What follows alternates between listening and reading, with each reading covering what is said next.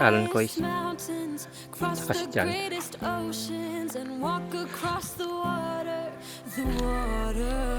Paakyat ito. Yan sila. Paakyat. You try to stand up, but you throw your hands up like you no longer have the strength to fight. Cause you've seen too many sunsets, too many days ending in the darkest night. But on your own, you'll never know. Yan si Jan. Sabi, matindi kong pumadyak. Si Jan. Yan, naakyat pa yan. Grabe. Pero dito kami ngayon, paakyat sa Bagong Baryo ulit. Kasi medyo matagal na rin kami hindi nakakyat dito. Lagi na lang kami doon sa may Madalag, Ibakaw, Balite. Pero ito kami. Yan, ganyan katindi ang akyatan dito.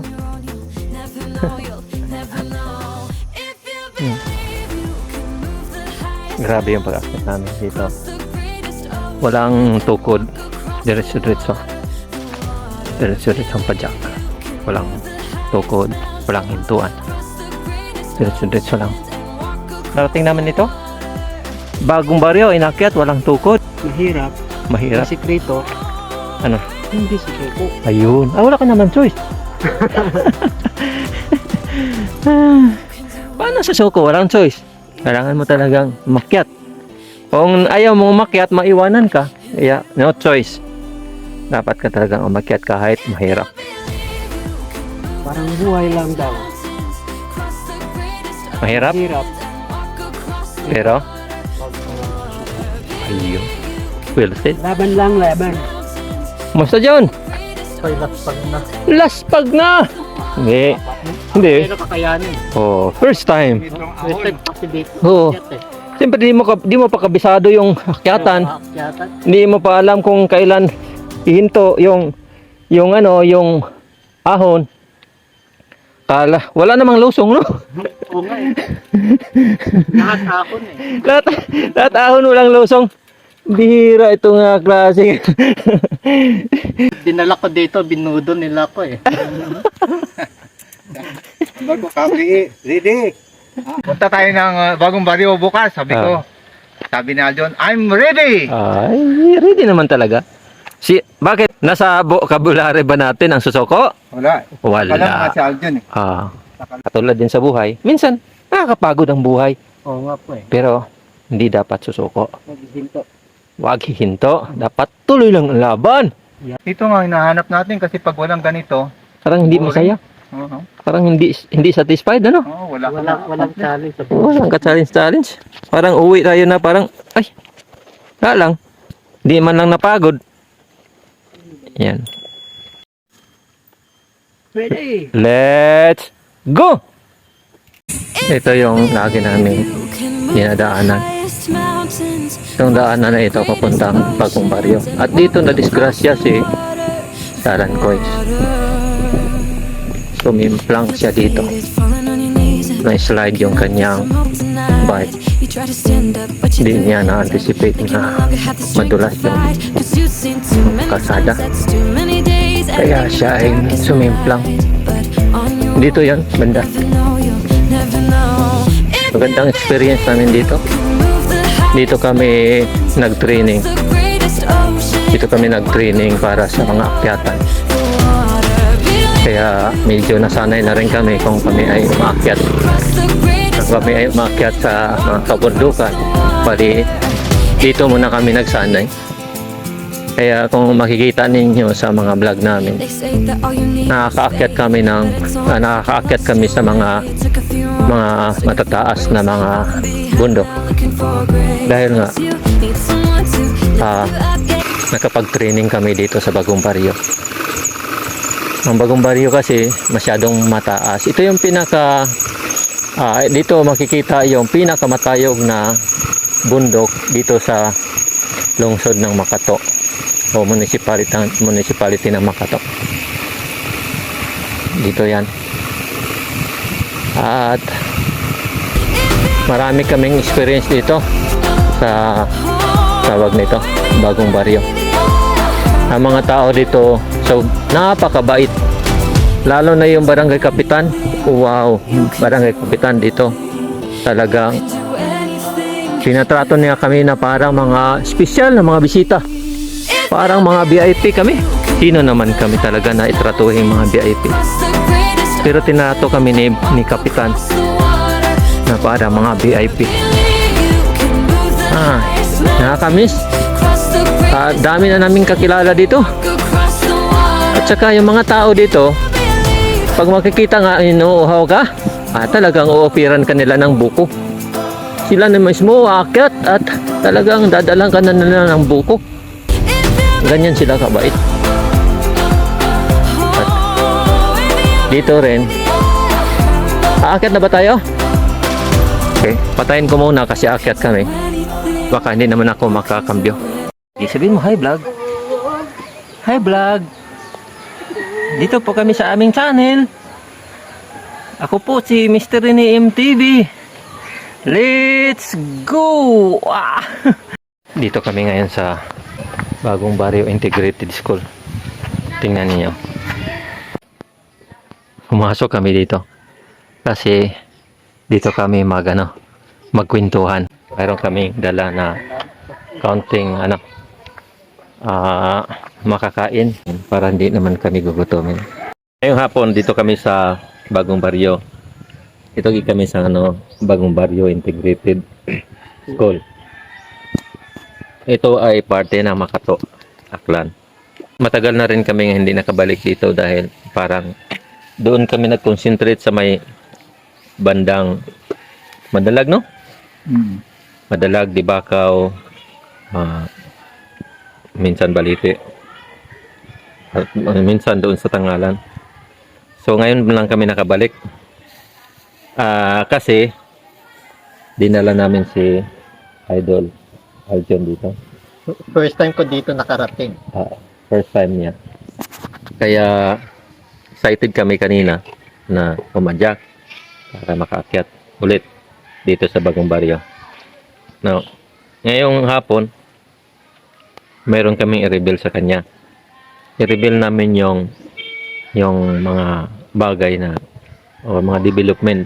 Kung naalala nyo dati, nag-vlog kami nung pumunta kami ng Bibo, Barangay Bibo sa Tangalan. Na nag-vlog kami doon, first time na kasama namin si Idol na Aljon. Na nag-usap-usap parte sa bike. 'Di ba sabi namin dati na may baka naman may mag-sponsor ng mountain bike.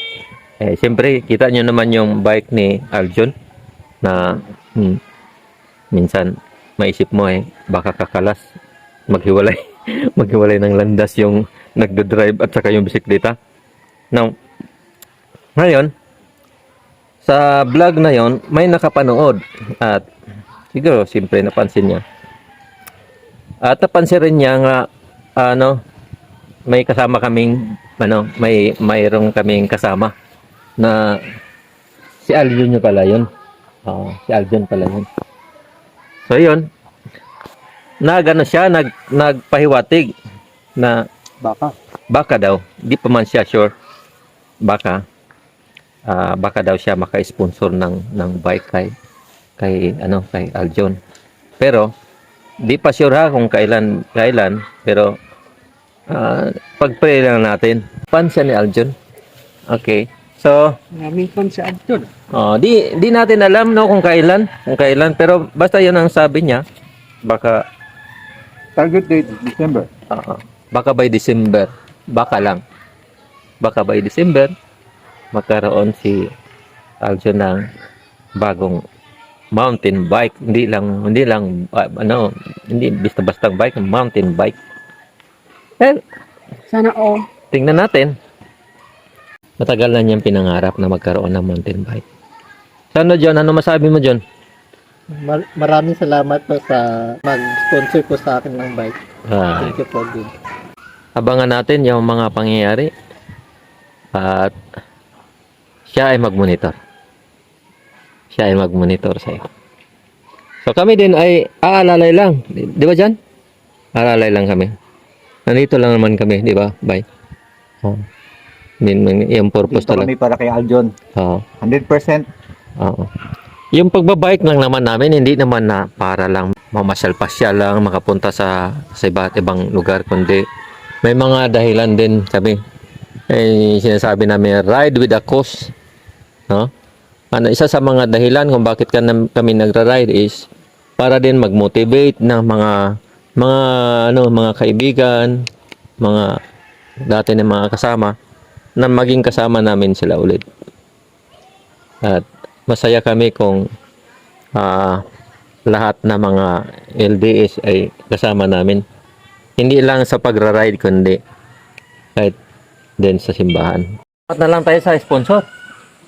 In advance, no? Thank you sa sponsor. Oo. Kasi pangarap din namin na magkaroon talaga si Aljon ng mountain bike. Kasi nga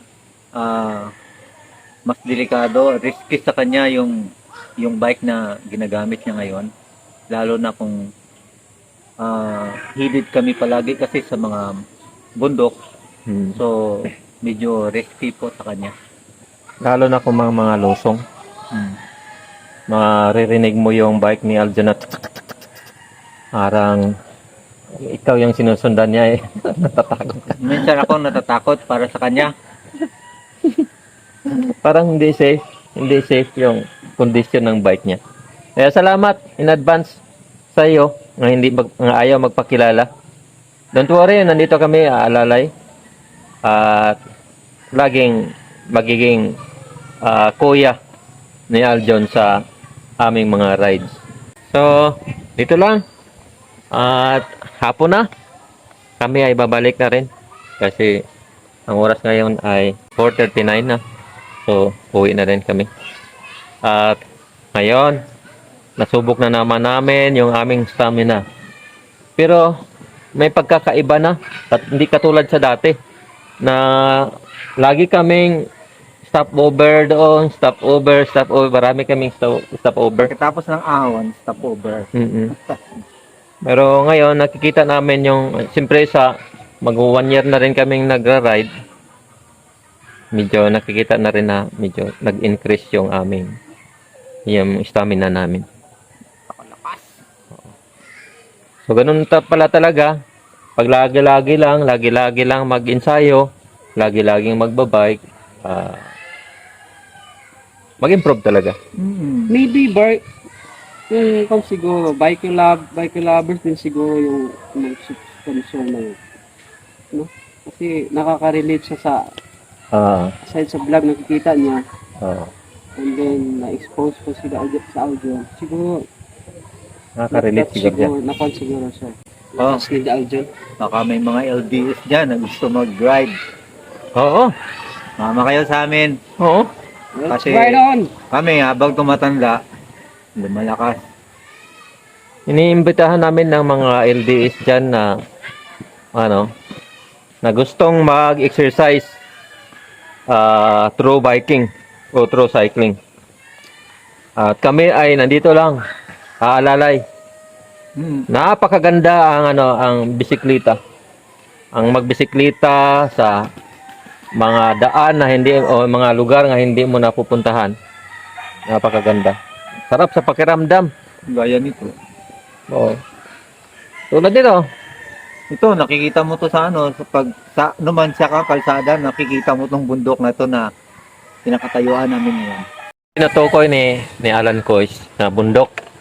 Yang bundok na yan, makikita mo yan doon kung ikaw ay nasa highway ng Makato, Numancia. Yun yung pinakamatayog na bundok na makikita mo doon. So itong Bagong Baryo ay nasa elevated siya na lugar. Ang akala mo pinakatuktok na may tuktok pa pala. Yun. Anong pangalan ng lugar na yan? Marundong, Mount Marundong. Yun. So napuntahan na rin namin yan. Sa vlog na namin yan, napuntahan talagang inakyat namin yan. So mataas talaga, matayog na bundok yan. At saka matarik masyado. Tunggo tuhod. review nyo yung vlog nyo. So kung gusto nyo, panoorin yon, balikan nyo na lang. Bago namin inakyat yan.